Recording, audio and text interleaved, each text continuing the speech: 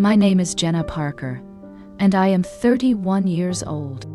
I work in cybersecurity, and I have learned to stay calm under pressure. That skill does not help much at family gatherings, because my parents treat my life like a joke. At Easter lunch, Diane Parker clinked her glass and smiled at the table. She praised Madison Parker for buying a house, and she made it sound like a trophy for the whole family. Then she turned toward me and laughed, like the punchline was already written. She asked when I would finally stop renting and become an adult. Robert Parker chuckled and added that Madison had her life together.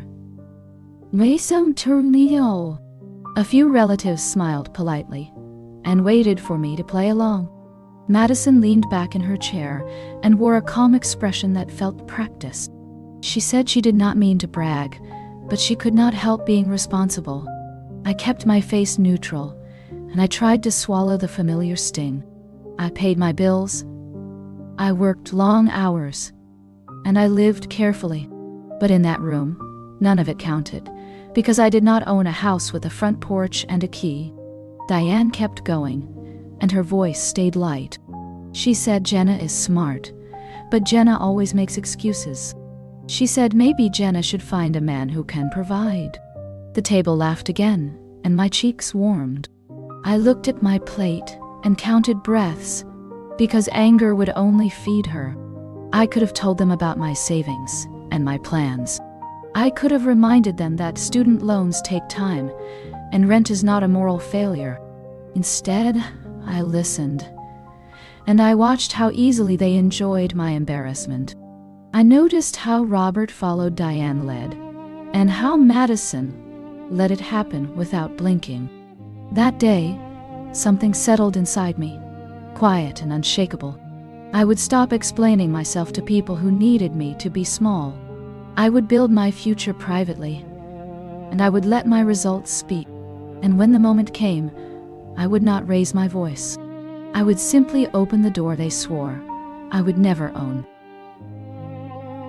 After that Easter lunch, I drove home in silence and let the noise fade. Diane Parker always used the same script. Jenna is bright, but Jenna is behind. Robert Parker nodded along, like agreement is easier than thought. Madison Parker stayed quiet, because silence kept her crown polished.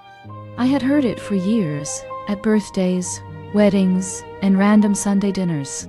They talked about my student loans, like I chose them for fun. They talked about my apartment, like it proved I was unstable. They never mentioned my promotions or the nights I studied after work. They never mentioned the way I paid every bill on time and still saved. When relatives asked about my career, Diane answered first. She said, "I do computers," and she shrugged like it was a hobby. Madison laughed lightly and said Jenna is always in her head. I used to defend myself, and it never helped. Diane would tilt her head and say Jenna is so sensitive. Robert would say he just wants the best for me. Madison would say she is only being honest. I learned their honesty always pointed in one direction, down at me. That night, I opened my laptop and reviewed my finances again. I looked at loan balances and at the interest rates. I looked at my savings and at my investment account. I made a plan, then I made it stricter. I cut small luxuries and increased automatic transfers. I told myself I would not buy a house to impress anyone. I would buy a house to build peace. Still, a part of me wanted one moment.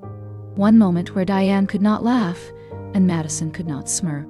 I kept that thought quiet because secrets survive longer.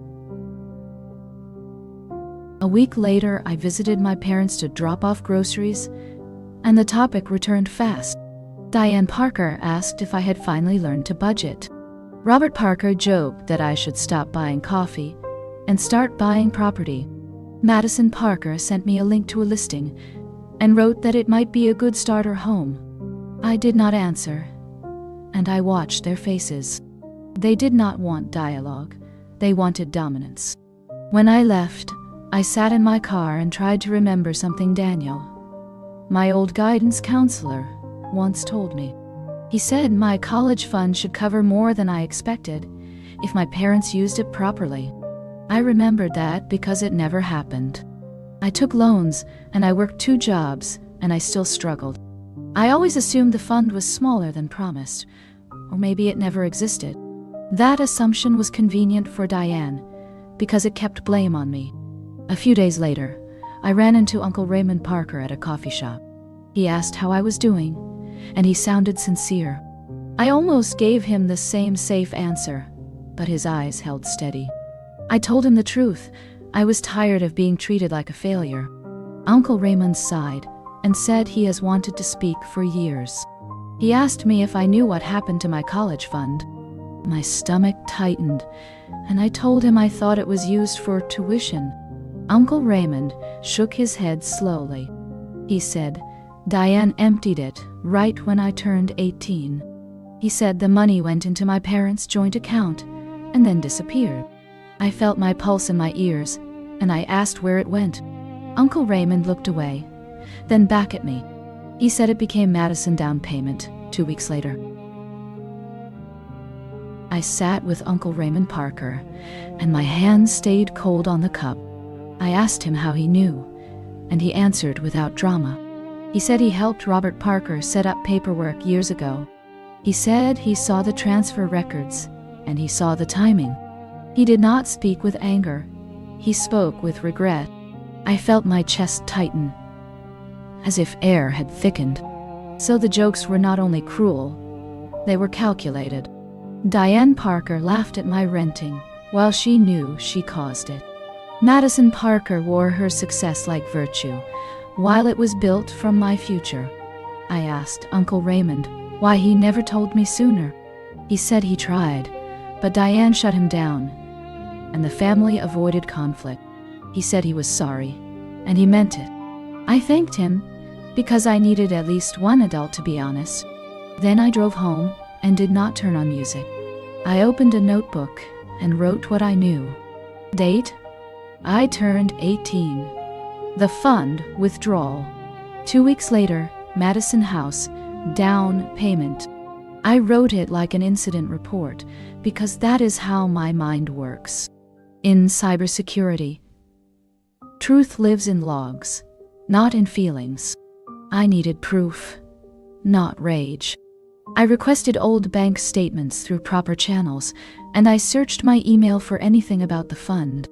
I found a message from Diane years ago saying she will handle it. It looked harmless until you see the pattern. That night, I stared at my loan account and I felt something shift. The shame I carried was not mine. It was planted, watered, and protected by the people who should have protected me. I did not call Diane, and I did not call Madison. I chose patience, because patience with evidence is stronger than confrontation without it. The next month, I acted normal on the surface, and it took effort. Diane Parker called and asked if I was still sulking. Robert Parker said I should come over for dinner and relax. Madison Parker sent photos of her living room and asked what paint color I would choose. I answered with short, neutral replies because I was busy doing something else. I was building a timeline and tracking records. I requested copies of old account statements, and I filed forms with my bank. I also checked my loan history, and I matched dates. The numbers lined up like a map. Every time I felt anger rise, I redirected it into focus. I learned in cybersecurity that reactions are predictable, and predictability makes you vulnerable. Diane wanted me loud, so she could call me unstable. I decided she would get calm instead. Uncle Raymond Parker did not send gossip. He sent one thing, a scanned document with a signature line. It showed Diane authorization on the withdrawal. The ink looked ordinary, but it felt like a confession. I saved it in 3 places, and I printed a copy. Then I returned to my daily life. I worked long hours, and I kept collecting skills. I took a certification exam, and I passed. I negotiated a raise, and I got it. I built my savings faster, and I invested carefully. I did not do it to impress Diane or Madison. Not you will Madison daughter's I did it because I refused to be trapped by their story. Some nights, I sat alone and wondered what my life would look like if the fund had been used as promised. The thought hurt, but it also clarified something. I could not change the past, but I could expose it, and then I could build a future they could not touch. By the year 2024, my finances looked different. I still had loans, but I was no longer drowning. I had a steady emergency fund and a down payment that did not depend on anyone. I started touring houses quietly, on weekends when my family assumed I was working. I chose Silver Lake because it felt alive, and because it was far enough from Diane Parker control. The realtor asked if I wanted to bring my parents for advice. I smiled and said no. I visited small craftsman homes, then modern condos, and I listened to my instincts. I wanted light and solid walls, and a door that locked with certainty. When I found the right place, I did not post about it. I did not tell Madison Parker. I did not even tell Robert Parker. I made the offer, signed the papers, and closed the deal with steady hands. On move-in day, I stood in the empty living room and breathed slow and deep. The silence felt clean. I walked from room to room, touching door frames like they were real. I bought a simple sofa, a kitchen table, and a lamp. I hung one photo on the wall, a city skyline at night. Then I sat on the floor and laughed once, not out of spite, but out of relief. This house was mine, and nobody could claim it as family property. Nobody could threaten me with it. It was proof of what I could do, even after being sabotaged. When Easter came again, Diane Parker sent the usual group message and demanded everyone show up. I went because I wanted the timing to be mine. At the table, Diane repeated her favorite joke. Jenna still rents. Jenna still cannot keep up. Robert Parker laughed, and Madison Parker smiled like a queen watching a play. I let them talk, and I ate quietly. Then I said I had news. Diane leaned forward, expecting a confession. I said, I bought a house. The table went silent for a beat, then Diane laughed louder, like I was teasing. Madison asked where, and her tone sounded sharp. I told her Silver Lake, and I kept my voice even. Diane said I am lying, because I would have told her. Robert said, maybe Jenna means she is thinking about buying. Not understanding how. I looked at them, and realized they could not imagine me succeeding without their permission. So I invited Madison to stop by for tea, and I said she could see it herself. Madison agreed too fast, because she wanted to prove me wrong. Diane said she is coming too, because mothers should be included. I smiled, and said she can come as a guest. Diane blinked at that word, guest, like it tasted strange. I finished my meal, and I felt the moment shift. The next time they laughed, it would not be at me. It would be at the lies they built, finally collapsing under daylight. On Saturday afternoon, Madison Parker arrived first, wearing a confident smile. Diane Parker came right behind her, holding a pie like a prop. Robert Parker followed, quiet and curious. I opened the door and welcomed them in, and I watched their eyes scan the space. The living room was bright, with clean lines and warm wood floors. Sunlight moved across the wall, and the air smelled like fresh paint and coffee. Madison stopped near the window, and her mouth parted slightly. Diane glanced at the kitchen, then at the hallway, then back at me. For a moment, nobody spoke, and the silence felt louder than any joke. Diane finally laughed, but it sounded thin. She asked if I was renting this place, and pretending it was mine. I did not argue. I simply walked to the counter and lifted a folder. I showed the closing documents with my name, Jenna Parker, printed clearly. Madison read the page, and her face tightened. Robert leaned in, and his eyes widened as he recognized the address. Diane tried to recover, saying she is proud, and she always knew I could do it. The shift was fast, but I had seen that move before. Pride was only offered when she could not deny reality. I offered tea, and I kept my posture calm. Madison asked how I afforded it, and her tone carried accusation, not curiosity. I told her I worked, I saved, and I planned. Diane said family should have been included. I replied that family laughed at me for years, and I chose privacy for peace. Robert looked down, and his shoulders sagged. For the first time, he seemed to understand that the laughter had a cost.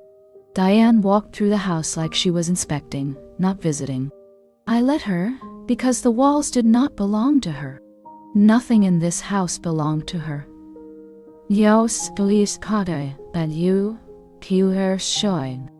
The power she carried into my life stopped at my doorway. We sat at my kitchen table, and I poured tea slowly. Diane Parker tried to steer the conversation back to safe topics, like neighborhood parking and home insurance. Madison Parker kept staring at the countertop, as if she wanted to find a crack. Robert Parker asked one soft question. Why did I not tell them sooner? I looked at him, and I answered honestly, I did not tell you because you did not protect me. Diane snapped, that is unfair, and she said she sacrificed for her children. I nodded once, then asked the question she feared. What happened to my college fund? Diane froze, then laughed quickly, like the question was ridiculous. She said there was no fund, or if there was, it was small. Madison, said Jenna, always makes things up when she feels insecure. I reached into my folder and placed the scanned authorization on the table. The signature line held Diane's name. Diane stared at it, then looked at Robert. Robert swallowed, and his face changed, as if a memory clicked into place. Madison tried to speak, but her words tangled. I told them the truth, steady and plain. Uncle Raymond Parker said you withdrew the money when I turned 18. 2 weeks later, it became Madison down payment. The room went silent, and I did not rush to fill it. Diane finally said she did what she had to do, because Madison needed stability. She said I was strong, and I would figure it out. Hearing that felt like a knife wrapped in a compliment. I asked why she mocked me for loans if she created the loans. Diane looked away, and her cheeks flushed. Robert whispered that he did not know, then stopped because his voice sounded guilty. Madison stood up, shaking, and said this is not true. I told her the records are real. I was done being gaslit. I was done carrying shame that belonged to them. Robert Parker sat back down slowly, like his legs forgot how to work. He kept staring at the document, and his hands trembled slightly. He asked Diane Parker if it was true, and his voice sounded smaller than I had ever heard. Diane tried to smooth it over, saying it was a family decision, and Robert agreed at the time. Robert shook his head and said he never agreed to stealing from one child to fund another. Madison Parker started crying, and she said she thought the money was a gift from their parents. Diane snapped at her to stop because emotion was messy. I watched the scene, and I felt something strange, not joy, but clarity. This was the family dynamic in its pure form. Diane controlled the story, Madison benefited from it, and Robert stayed passive until reality forced him to look. I told Robert that I worked 2 jobs in college, and I still took loans. I told him I skipped internships because I could not afford unpaid work. I told him I spent years digging out, while Diane told relatives I was irresponsible. Robert covered his mouth and his eyes filled. He said he is sorry, and I believed the apology was real, but it was late. Diane said I should move on, because the past is done. I answered that the past is not done when it still shapes how you treat me. I told them this house is mine, and they are here as guests. If they want a relationship with me, it will be built on truth. Diane tightened her jaw, and Madison looked like she might collapse.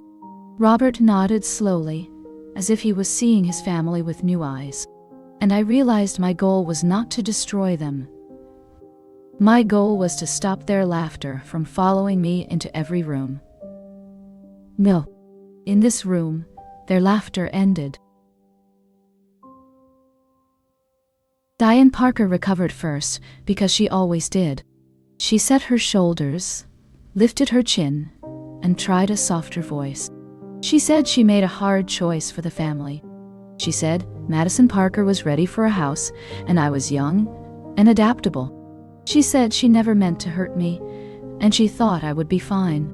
The words sounded gentle, but they carried the same message. My pain was acceptable. I asked her why she mocked me for years, if she knew the reason. Diane blinked, then said she was motivating me. I told her sabotage is not motivation. I told her laughter is not love. Madison cried harder and said she did not know it was my money. Diane snapped that Madison should stop acting weak because people were watching. Robert Parker looked at Diane like he was meeting a stranger. He asked her how she could justify it, and Diane answered that mothers do what they must. I listened, and I realized Diane was not sorry. Diane was annoyed that she had been exposed. I kept my voice calm, and I told her the conversation was not a negotiation. I said she took my future, and then she made me feel guilty for struggling. I said I will not accept that role anymore. Diane stood up and walked toward the hallway, as if she wanted to inspect bedrooms. I stepped slightly to block her path, and I said no. Diane stared at me, and her eyes flashed. For the first time, she heard a boundary that did not bend. She turned back to the table, and her smile vanished. She said, "I am ungrateful." I replied that gratitude is not owed to harm. Then I poured more tea, slow and steady, because calm is power when someone wants chaos. Madison Parker sat down again, and her breathing was uneven. She stared at the document like it might disappear if she looked away. She whispered that the down payment was 2 weeks after my birthday. I nodded and said yes. Madison, said she, always wondered why I never asked for help and why I looked exhausted in college photos. I told her I did ask once. Diane Parker laughed and said loans build character. Madison looked at Diane, and the anger in her face surprised me. She asked why Diane never told her the money came from me. Diane, said Madison, did not need details. She needed stability. Madison said that is not stability, it is theft. The room went quiet again. Robert Parker exhaled like he had been holding his breath for years. Madison asked me what I wanted now. The question sounded genuine, but also scared. I told her I want honesty, and I want distance from manipulation. I told her I do not need her house, and I do not want her life. I want my own life, without being treated like a joke. Madison wiped her face and said she will return the money. Diane snapped no, because it was not Madison's responsibility. Madison answered that it became her responsibility when she accepted it. I did not rush to forgive her, but I noted the shift. Madison had been trained to accept Diane's narrative. Now she was seeing the cost. Whether she changed or not, my boundary remained. This house, this peace, and this truth were mine. Later that evening, Uncle Raymond Parker came by because I asked him to. He walked into my home with calm energy, and he greeted my parents politely. Diane Parker tried to act offended, as if she was the victim of gossip. Uncle Raymond sat at the table and spoke with steady clarity. He said he saw the transfer, and he warned Diane at the time. He said he remembers the date because it was close to my 18th birthday. Robert Parker looked stunned, and asked why Raymond did not tell him. Raymond answered that he tried, but Diane controlled the mail and the accounts. Diane glared and said, "Raymond is stirring trouble." Raymond replied, "That truth is not trouble." Madison Parker asked Raymond if the down payment came from the same pool. Raymond nodded and said, "Yes, the timing matched." Diane tried one last defense, saying Jenna Parker would have wasted it anyway. I felt my stomach tighten, but Raymond cut in fast. He said Jenna worked, studied, and earned her place. He said the only waste was a mother stealing from one child to impress the other. Diane's face flushed and her lips tightened. Robert whispered that he cannot believe this happened in his home. I told him it happened in my life for years. Raymond turned to me and said, "He is sorry he waited so long to speak." I thanked him, because his honesty mattered. Then I told my parents the visit was over. They could leave, and they could decide who they wanted to be next. My door closed behind them, and the silence that followed felt like freedom, not loneliness. The next day, Diane Parker started calling relatives because she could not stand losing control. She told people I was confused, and she said I embarrassed her in my new house. She hinted that Uncle Raymond Parker was jealous, and she said he always hated her. I expected it, because Diane never accepted blame. She redirected it. What she did not expect was that people had seen the documents. Madison Parker had texted 2 cousins in tears, and Robert Parker had admitted he was shocked. The story did not stay in Diane's hands. A few relatives called me, and they asked what happened. I told them the truth, in short, clear sentences. Diane withdrew my college fund when I turned 18. 2 weeks later, it became Madison down payment. I worked and borrowed to survive. I did not add insults, because facts were enough. Some relatives apologized, and some went quiet, because guilt is loud in silence. Diane posted a vague message online about betrayal and family loyalty. I did not respond. In my work, I know that attention feeds an attacker. I saved screenshots and I let her talk to empty air. That weekend, I changed locks and updated privacy settings. I did not do it out of fear. I did it out of discipline. I was done letting Diane access any part of my life without consent. 3 days later, Robert Parker came to my door alone. He held his car keys like a nervous habit, and his eyes looked tired. He asked if he could come in, and I agreed, because he was not the one who laughed the loudest. Robert sat on my couch and stared at the floor. He said he did not understand how much Diane controlled, until now. He said he signed papers without reading, and he trusted her. He admitted that he enjoyed the family jokes, because they made him feel like Madison's success was shared. Hearing that hurt, but it also sounded honest. I told him I needed him to hear something. Silence is a choice, and his silence shaped my life. Robert nodded, and tears gathered in his eyes.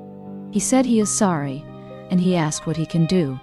I told him to stop protecting Diane's image and start protecting truth. I told him I do not want gifts, and I do not want pity. I want respect, and I want boundaries, honor. Robert said he will try, and his voice shook. I believed he meant it, but I also knew trying is not the same as changing.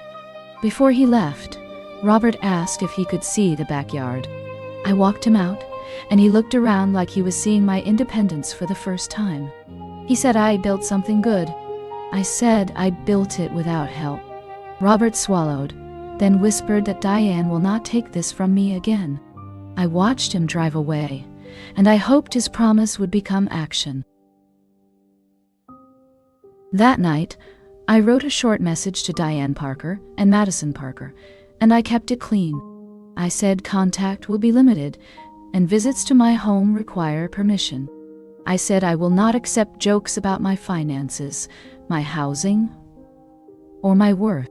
I said the college fund theft is not a debate, and I have records. If Diane spreads lies, I will correct them with proof. If anyone shows up uninvited, I will not open the door." I read the message twice, then sent it. Diane responded within minutes, with anger. She called me dramatic, and she said family should not need rules. I replied once, and only once. Healthy families respect boundaries without being forced. Madison sent a shorter message, and she said she needs time. I accepted that, because time is better than denial. After that, I felt my shoulders loosen. Boundaries are not a wall to punish people. They are a fence to protect peace. I walked through my living room, turned off lights, and locked the door. The click of the lock sounded like a promise, one that I made to myself, and one that I intended to keep. A week later, a card arrived in my mailbox with Diane Parker handwriting. Inside was a note that sounded sweet, and a check that looked heavy. Diane wrote that she wanted peace, and she said mothers make hard choices. She said the money was a gesture, and she hoped I would stop dragging the family through mud. I stared at the check and felt my stomach tighten. This was not restitution. It was a bribe. Diane still did not write the words "I stole from you." She wrote around it, like truth was poison. I called Robert Parker and asked if he knew about the check. He sounded surprised, then tired. He said, "Diane thinks money can fix everything." I told him money without accountability only buys silence, and I will not sell mine. I tore the check in half, scanned the note, and saved it with my records. Then I held the pieces back with a short line. I do not accept hush money. If you want a relationship, start with honesty. Diane texted me an hour later, furious. She said, "I am ungrateful," and she said I am humiliating her on purpose. I did not reply. I made coffee, sat on my porch, and watched the street wake up. In that quiet, I realized Diane hated boundaries, because boundaries reveal behavior. A person who means well is not threatened by rules. A person who manipulates needs access, and my access was closed. Madison Parker called me late one night, and her voice sounded small. She said she cannot sleep, and she keeps replaying the timeline. She asked if I really took loans while she painted walls and bought furniture. I told her yes, and I kept my tone steady, because anger would not help. Madison whispered that she feels sick, and she asked what she should do. I told her she should talk to Diane Parker, and she should ask for the truth without excuses. "Madison," said Diane, "refuses to admit anything, and she keeps blaming Uncle Raymond Parker." I said, "That is what Diane does. She protects her story, not her children." Madison started crying, and she said she did not want to be the person who benefited from harm. She offered to repay me, and I paused. I told her repayment is not the only issue. The issue is that she watched Diane mock me for years, and she joined the laughter. Madison inhaled sharply, then said she did. She said she liked being the successful one because it felt safe. Hearing that hurt, but it also sounded real. I told her I need time, and I need consistent respect. Madison said she understands, and she asked if she can visit sometime without Diane. I said maybe, when the atmosphere is clean. Madison thanked me, then hung up. I sat in the dark and felt two emotions at once, sadness for what we lost, and relief that reality was finally reaching her. The following weekend, Diane Parker showed up at my house without asking. She parked crooked, walked fast, and knocked like she owned the door. I did not open it. I spoke through the camera and told her to leave. Diane shouted that I cannot shut out my mother, and she demanded to come in and talk. I repeated the boundary, and I kept my voice flat. Diane said she will tell everyone I am unstable, and she will ruin my reputation. I replied that threats are proof of manipulation, and I am recording this. Diane froze for a second, then tried to smile at the camera, like she could charm the lens. She said, "Jenna Parker is confused, and she needs guidance." Then her face twisted, and she cursed at me. I stayed inside, hands steady, heart pounding. After a minute, Robert Parker pulled into the driveway and stepped between Diane and my door. I heard his voice through the microphone, low and firm. He told Diane to stop, and he told her she crossed a line. Diane yelled that Robert is choosing me over her.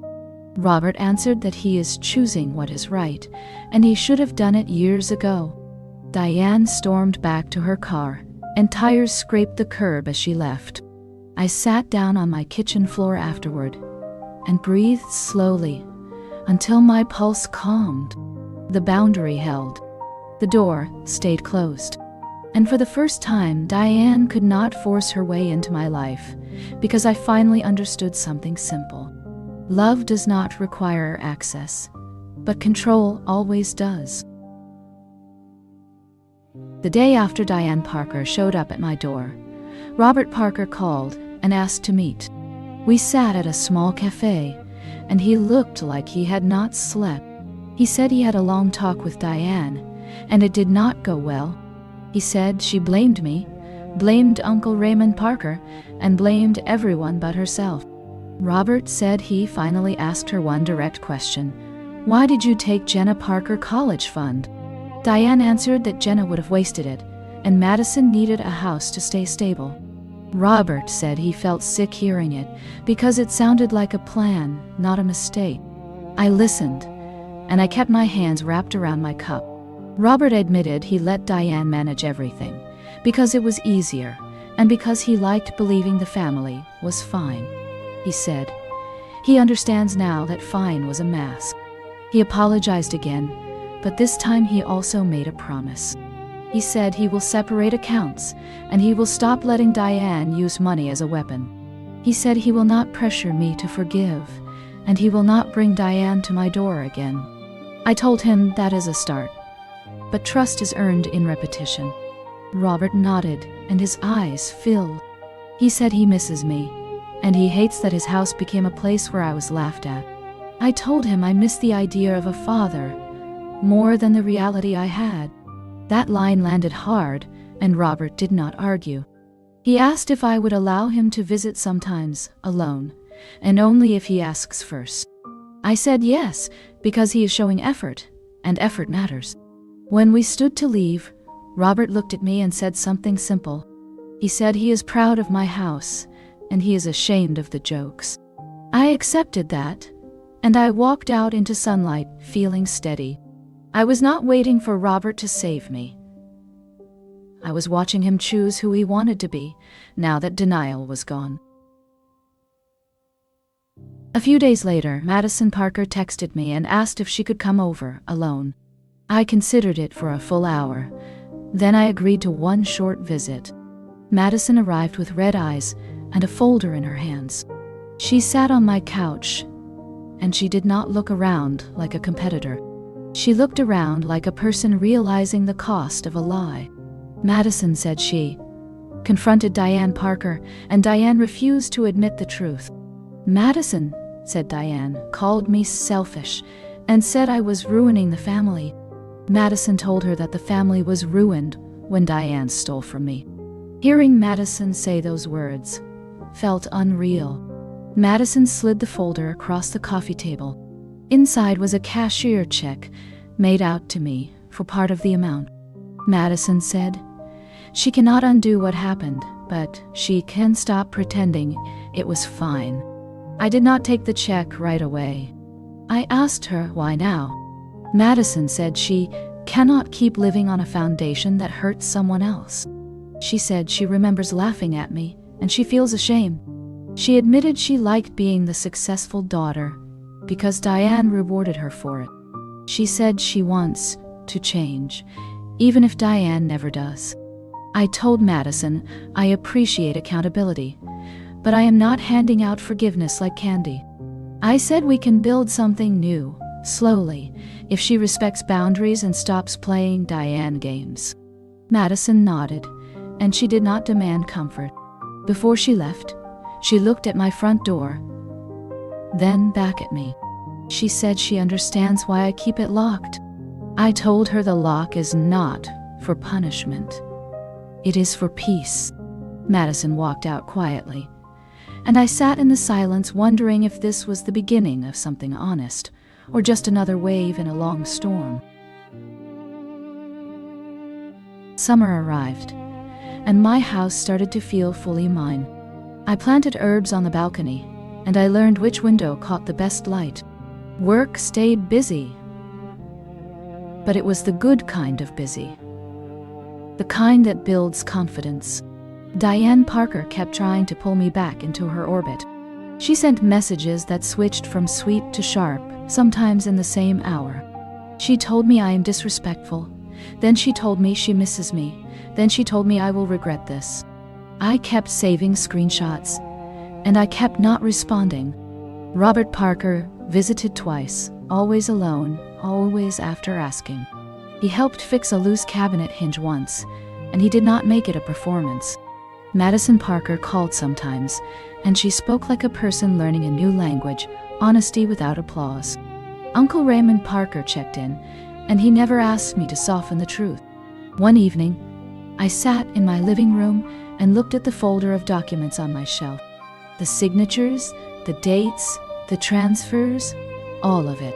I realized my life had been split by one hidden decision, made when I was 18. But I also realized something else. That decision did not define my ending. My ending was this: a locked door, a quiet home, and a future I built without permission. I did not buy a house to prove them wrong, but it still proved something. It proved that laughter can be survived, and that shame can be returned to its owner. If Diane ever wants a real relationship, she will have to step into truth without a costume. Until then, she stays outside. I do not need a loud revenge. I only need a steady boundary and the courage to keep it. In early fall, Diane Parker sent a long letter, and the envelope felt heavier than paper. She wrote that she misses her daughter, and she wants peace. She wrote that she did her best, and she never imagined Jenna Parker would turn against her. She listed her sacrifices, her long days, her sleepless nights, her worries. But she never wrote the simple truth: I took your college fund. She never wrote I mocked you for what I caused. She wrote around those facts, like a person walking circles around a hole. I read the letter twice, and I noticed the pattern. Diane asked for forgiveness, but she did not offer accountability. She asked for access, but she did not offer change. She asked me to stop holding the past, while she kept using the past as a weapon. I placed the letter on my table, and I sat in silence, listening to my own breathing. In my work, we call it threat modeling. You identify the risk, and you reduce exposure. Diane was not a hacker, but she used the same method. She looked for weak points and pushed. This time my weak point was guilt, and I refused to open it. I wrote back a short response, clean and direct. I told Diane that reconciliation requires truth. I told her I will consider contact if she acknowledges what she did, in specific words, and if she stops attacking Uncle Raymond Parker. I told her she cannot show up at my home, and she cannot contact my co-workers, and she cannot recruit relatives to pressure me. I mailed the letter, then I locked my door, and I felt calm. Not because the pain vanished, but because I chose clarity. A boundary is not an argument, it is a decision. And my decision was simple. My peace is not negotiable. A week later, Madison Parker sent another message, and it was quieter than before. She said she spoke with her lender, and she is refinancing. She said she wants to pay me back fully, even if it takes time. She asked if I would accept payments, and she said she understands if I say no. I stared at the screen, and I felt the old anger stir, then settle. Money mattered, but money was not the whole wound. The wound was years of laughter, years of being framed as careless, years of watching my own sister enjoy the role of winner. Still, accountability is rare, and I do not punish change. I replied with a clear plan. What? Payments go into a separate account, documented and handled like a contract. No guilt speeches, no public posts, no family theater. Madison agreed, and she did not argue. A few days later, Robert Parker visited, and he looked calmer. He told me he opened his own account, and he separated finances. He said he is attending counseling, and he is learning how to stop enabling Diane. He did not ask me to forgive her, and that alone felt like progress. He asked if I would join him for lunch sometimes, and I said yes, with limits. After he left, I stood in my kitchen, and I watched the afternoon light move across the floor. I realized something important. Repayment can restore what was stolen, but it cannot restore years. Trust is rebuilt the way houses are built, one measured step at a time. Diane wanted a shortcut, a check, a speech, a clean reset. I did not offer that. I offered only what is real, steady contact with rules, and consequences for disrespect. If that feels cold to someone like Diane, that is because warmth is not control. Warmth is safety, and safety is exactly what I am building. Winter returned, and my home finally felt like a finished sentence. I hung simple curtains, and I replaced one creaky hinge. I hosted a small dinner for friends, people who never laughed at my struggle. We ate, we talked, and we did not perform for anyone. Later that night, I walked through my living room and turned off the lights, one by one. The quiet was not empty, it was restful. Diane Parker still sent messages sometimes, sweet one day, sharp the next. I saved them, and I did not chase her moods. Madison Parker made her first payment, and she sent it without commentary. Robert Parker showed up when he said he would, and he listened more than he spoke. Uncle Raymond Parker remained steady, and his honesty stayed simple. I did not pretend the family was fixed, because pretending is how we got here. Instead, I focused on what I can control. I can control my door. I can control my calendar. I can control who gets my attention and who gets my silence. Sometimes I thought about Easter lunch, the laughter, the way Diane Parker enjoyed my embarrassment. That memory used to burn. Now it felt like a warning label. It reminded me that love without respect is only possession. It reminded me that success does not need applause to be real. I did not buy this house to punish anyone, but it did something better. It returned my dignity to me in a form Diane could not edit. If my parents want to be part of my life, they will enter it as guests, not as judges. If my sister wants a relationship, she will speak without Diane scripts. If Diane wants forgiveness, she will start with truth, not tears. Until then, I will keep living inside the life I built, quiet, bright, and mine. A few weeks after my last letter, Diane Parker tried one more angle, and it was quieter than her usual storms. She asked Robert Parker to bring her to see me, and she promised she would not argue. Robert called first, and he asked if I would allow a short visit, on my terms, in daylight. I agreed to 10 minutes, because I wanted the ending to be clear. When they arrived, Diane stood on my porch, holding her purse tight, and she looked like she was biting back frustration. I opened the door and I stayed in the frame. Diane said she came to apologize. Then she paused, searching for a softer word. I waited because I wanted the real sentence, not the performance. Diane finally said it. Slow and strained. I took your college fund. My chest tightened, but I did not soften. I asked if she understood what she did after that, and Diane swallowed. She said she laughed at me for struggling, and she fed a story that made me look careless. Robert looked down, and his hands trembled. Diane tried to add excuses, but I raised my hand and stopped her. I told her accountability is the apology, and excuses erase it. Diane nodded once, angry and embarrassed. Then she asked if this means I will forgive her. I told her forgiveness is not a switch.